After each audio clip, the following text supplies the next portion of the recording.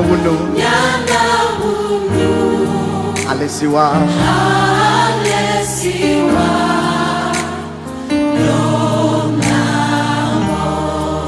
Novi Mau Anna. Put your hand on your chest and declare this upon your life. Bien-aimés dans le Seigneur, bonjour. Nous sommes là pour vous parler encore de la part du Seigneur, notre Seigneur Jésus-Christ, qui est mort sur la croix, ressuscité d'entre les morts, qui s'est retrouvé au ciel et qui nous a promis revenir chercher son Église. Shalom, que le Seigneur soit avec vous. Nous allons lire ce matin dans Luc chapitre 24 à partir du verset 13. Suivant la lecture dans Luc 24 à partir du verset 13.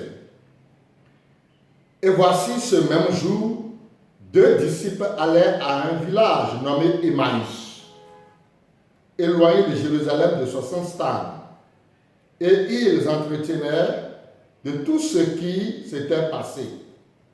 Pendant qu'ils parlaient et discutaient, Jésus s'approcha et fit route avec eux.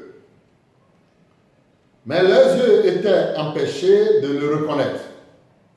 Il leur dit, « De quoi entretenez-vous en marchant pour que vous soyez tous tristes ?» L'un d'eux, nommé Cléopas, lui répondit, « Es-tu le seul qui, séjournant à Jérusalem, ne sache pas ce qui est arrivé ces jours-ci? » « Quoi? Leur dit-il.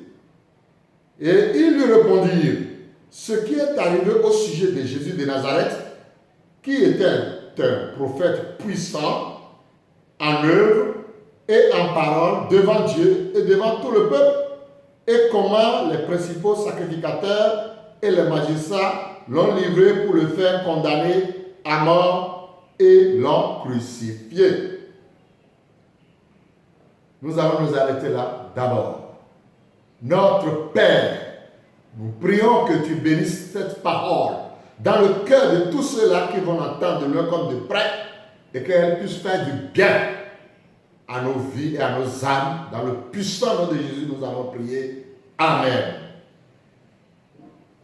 Le sous-thème que j'ai à partager avec vous ce matin est intitulé « Il fit route avec eux ». Ce sous-thème est tiré du grand thème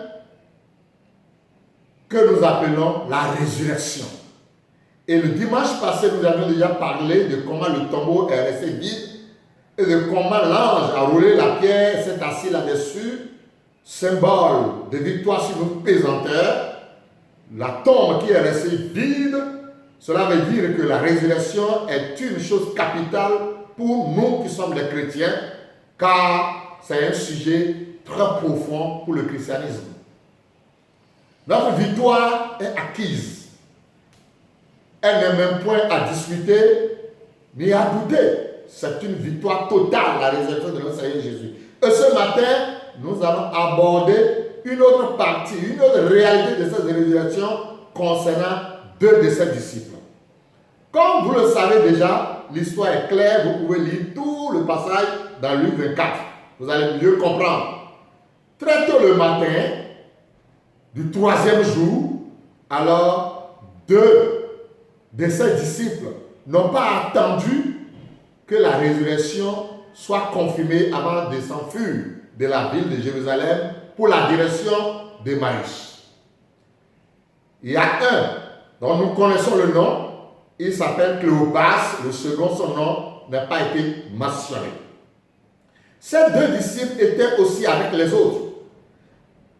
Qu'ils vous souviennent qu'ils se sont enfermés dans une chambre à Jérusalem à cause de l'attaque des Juifs, à cause des sacrificateurs, à cause des prêtres, parce que ceux-ci menaçaient leur vie, parce qu'on les reconnaissait comme les gens qui suivaient Jésus.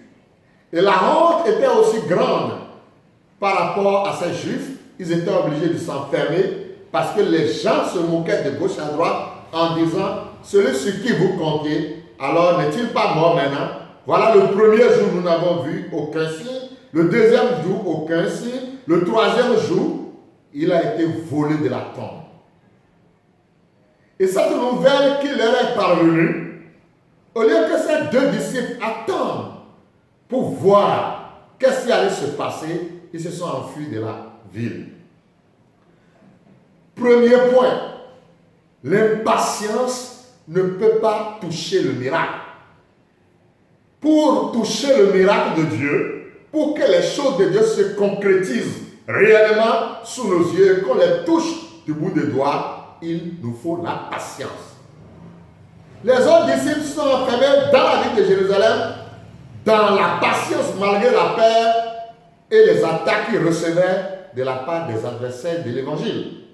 Mais ces deux ont craint la honte, ont craint les agressions et ont pris la fuite.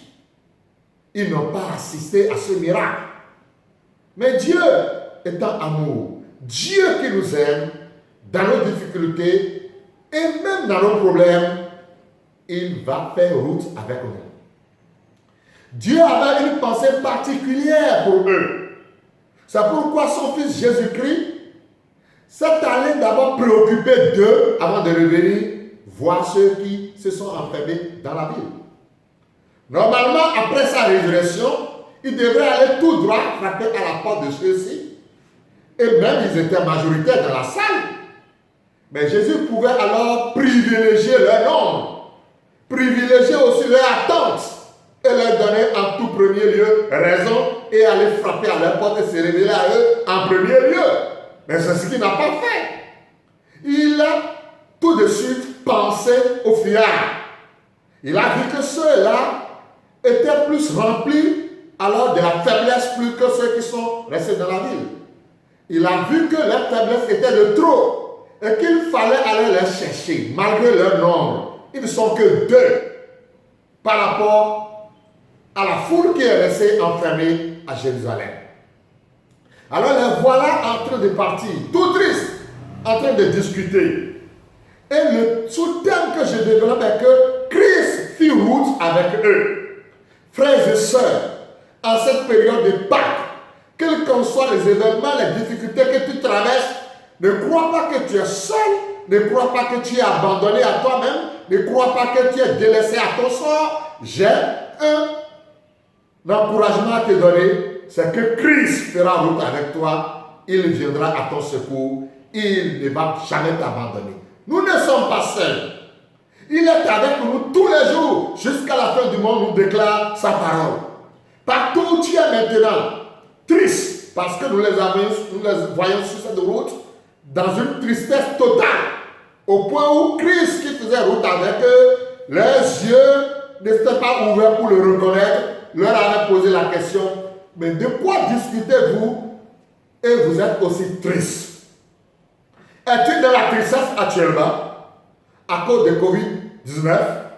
Es-tu dans une tristesse à cause de manque d'argent, à cause d'une maladie, même en dehors de Covid, qui te ronge?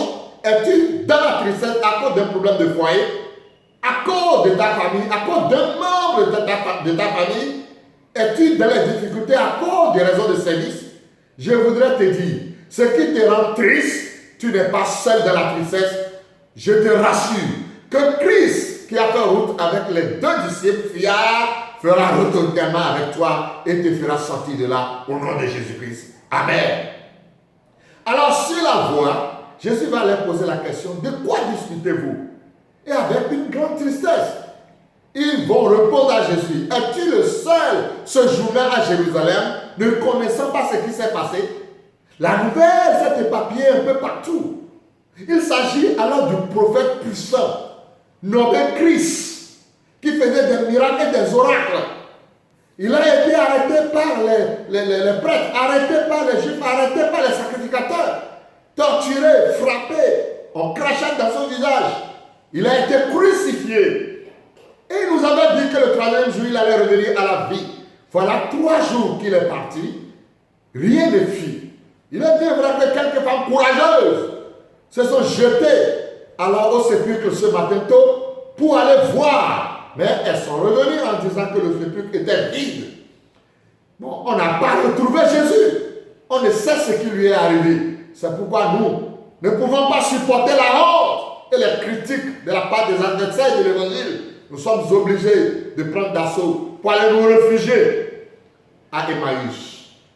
Avant de conclure mon message, je vais alors faire un tour sur la ville de Emmaüs. C'est une petite ville qu'on peut dire un village en développement. Alors, Emmaüs, qui n'est pas trop loin de Jérusalem, nous voyons alors que, qu'est-ce que ça veut dire Emmaüs? C'est là où les retraités allaient prendre leur retraite. Quand les gens travaillent, finissent de faire le travail, de travailler jusqu'à l'âge de retraite en ville à Jérusalem, ils se retiraient à Emmaüs pour se reposer. C'est aussi un confinement.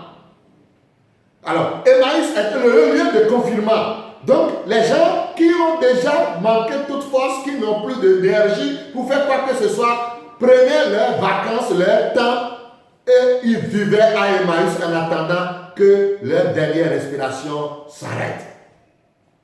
Donc, c'est là où les vaillants soldats, nos deux disciples, qui, pour eux, ce n'était pas la retraite, se rendaient alors et à Emmaüs pour un confinement involontaire. Pour eux, ce n'est pas Covid-19, mais c'était la peur des critiques des Juifs et la honte. Ils avaient des difficultés à supporter ces choses. Ils ont choisi le confinement volontaire en quittant Jérusalem pour aller se cacher à Emmaüs. Oui, il y a un temps de se cacher aussi. Et dans leur cachette, Jésus était avec eux. Cela veut dire que dans notre confinement, Jésus est toujours avec nous. Chers frères et sœurs, vous qui êtes à la maison en train de prier, ne croyez pas que vous êtes seuls. Christ est avec vous. Comme il a fait route avec les deux disciples jusqu'à Emmaüs, il fera route également avec vous. Arrivés à Emmaüs, ils l'ont pressé de rester avec eux. Il faisait crépuscule. Christ a passé la nuit avec eux dans Emmaüs. Christ passera la nuit avec nous dans nos maisons respectives, dans nos confinements. Et nous ne manquerons de rien, puisque on ne sait où il a trouvé le pain. On ne sait où est-ce qu'il a trouvé le pain. Il a rompu le pain, il leur a donné à manger le matin, au petit déjeuner. Toi, qui es dans les soucis et qui te pose la question, où est-ce qu'il va trouver ceci et cela dans mon confinement? Dieu pourvoira. Il est le Dieu qui a nourri Élie au bras des eaux de Kérit pendant la grande famine. Il te nourrira aussi. Il est le même hier, aujourd'hui et éternellement. Dans ton confinement, tu n'es pas seul. Tu auras la sécurité spirituelle, tu auras la sécurité alimentaire, tu auras la sécurité de la protection venant de lui. Je te rassure. Frères et sœurs, vous qui m'attendez donner comme de près, Christ n'a pas abandonné les deux disciples fiers, il ne t'abandonnera pas. Dans ta faiblesse, quels qu'en soient les événements, les difficultés que tu as, il viendra à ton secours, il te bénira et il te protégera. C'est pour un temps le confinement. Ils ont mangé, les yeux s'ouvrirent et ils ont compris que c'était le Seigneur. Avant qu'ils ne découvrent que c'était lui, Jésus a connu une disparition spectaculaire en quittant les deux disciples. Il a fini la mission et il les a quittés. Alors, le confinement passera. Quand lui il a fait son travail, il est parti. C'est là qu'il a rejoint maintenant les autres disciples enfermés à Jérusalem. Et c'est ainsi que les yeux s'ouvrirent et tes yeux aussi s'ouvriront. Tu crois que tu es seul, tu n'es pas seul. Tes yeux s'ouvriront et tu verras la gloire de Dieu dans ta vie. En cette période de Pâques, que la grâce de Dieu soit avec toi. Jésus a rejoint également les autres qui se sont enfermés et il est entré dans la salle et il a dit, paix soit avec vous, que la paix soit avec toi aussi, toi qui m'écoutes. Et les deux disciples, pour finir, ceux qui m'encouragent, ne sont pas restés à Emmaüs. Après que les yeux s'ouvrirent, ils sont revenus également à Jérusalem. Toi aussi, le confinement va passer. Tu vas retourner au service. Tu vas retourner dans tes courses. Tu vas retourner à ton commerce. Tu vas retourner à tes activités. Et ainsi soit-il pour la vie de tous ceux-là qui m'ont entendu ce matin. Au nom puissant de Jésus-Christ, que la paix et la grâce de Dieu vous soient comblées. Notre Père, tu fais route avec nous tous les jours. Et dans ce confinement, tu fais également route avec nous. Et tu fais route avec ton église. Éparpillée un peu partout dans les maisons. Garde tes enfants. Fortifie-les. Bénis-les. Fais-les du bien. Ceux qui ont besoin du pain, comme tu en as donné aux deux disciples d'Emmaüs, donne-les également du pain quotidien. Pour voir à leurs besoins. Et faites-les sortir d'Emmaüs. et fais-les revenir à Jérusalem pour la célébration de la grande victoire. Merci de nous écouter. Ainsi soit-il pour tous tes enfants. Dans le puissant nom de Jésus, j'ai ainsi prié. Amen.